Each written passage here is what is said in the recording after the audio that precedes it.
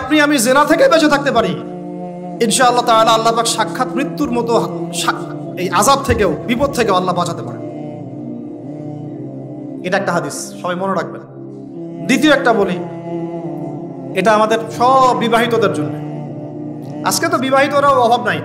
আর আমি আশ্চর্য হয়ে যাই যে বিবাহিত একটা ছেলে, বিবাহিত একটা পুরুষ তার স্ত্রীকে এভাবে বেহায়ার মতো কিভাবে সবার সামনে শো করতে পারে। বিয়ে আপনি করলেন, মোহর আপনি দিলেন, সম্পদ আপনার, তার সতীত্ব আপনার, তার সম্ভ্রম আপনার, আপনি নিজে কেন ওকে এভাবে সবার সামনে উত্থাপন করতেছেন? টিকিট আপনি কাটলেন, সিনেমা সবাই দেখবে, ব্যাপারটা এরকম। কি অবস্থা! আবার কোন কোন ঘরে দেখা যায় স্বামীরা কন্ট্রোল করতে চাচ্ছে, কিন্তু মেয়ে বা স্ত্রী কন্ট্রোলে থাকতে চায় না। স্বামীকে বলো তুমি বেশি হুজুর হয়ে গেছো, বেশি বেশি হুজুর হয়ে গেছো। এই যুগে এগুলো চলে, এটা আধুনিকতার মডার্ন যুগ। এই করতে করতে আমাদের সমাজে পরকীয়া ছড়ায় পড়ছে। এখন এই পরকীয়া বলতে কি হাদিসটা কথা মাথায় আসছে।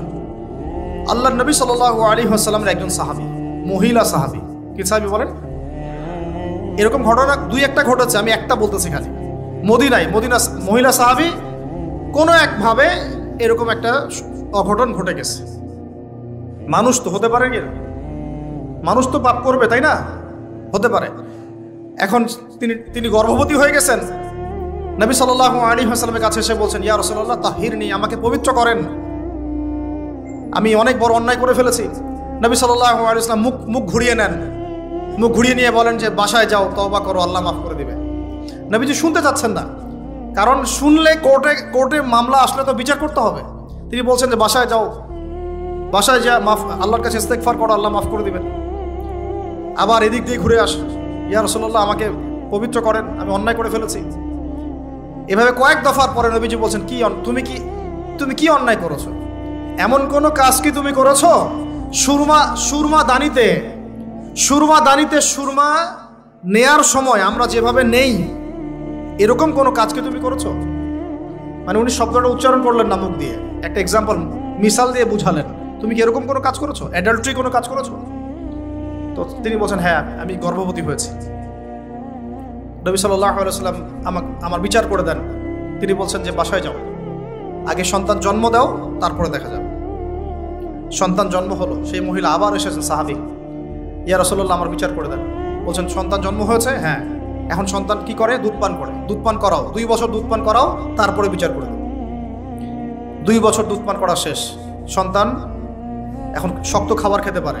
কোলে করে সন্তানকে নিয়ে আসছেন।